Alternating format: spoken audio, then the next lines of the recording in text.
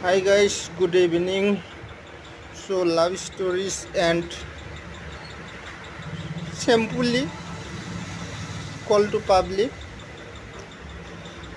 পৃথিৱীৰ আটাইতকৈ ইম্পৰ্টেণ্ট সময়খিনি হৈছে আপোনাৰ 24 ইয়াৰ্ছৰ পৰা 30 প্লাছ হ'লে আপোনাৰ আৰু যাক বেছি নিজৰ জিসমতকৈ বেছি মৰম, নিজৰ আত্মাতকৈ বেছি বিশ্বাস, নিজৰ আত্মাতকৈ বেছি গুৰুত্ব, নিজৰ ইজ্জততকৈ বেছি ইজ্জতৰ খেয়াল ৰখা মানুহজনে যদি আপোনাক বাৰ বাৰ কষ্ট দি থাকে, এনেকুৱা ৰাতি দিন চিন নাই, আপুনি যায় গডৰ ওচৰত প্ৰাৰ্থনা কৰিব লগা হয় যাতে মোক এই এহছাছটোৰ পৰা আপুনি বচাই ৰাখক, এই কষ্টৰ পৰা আপুনি মুক্তি দিয়ক।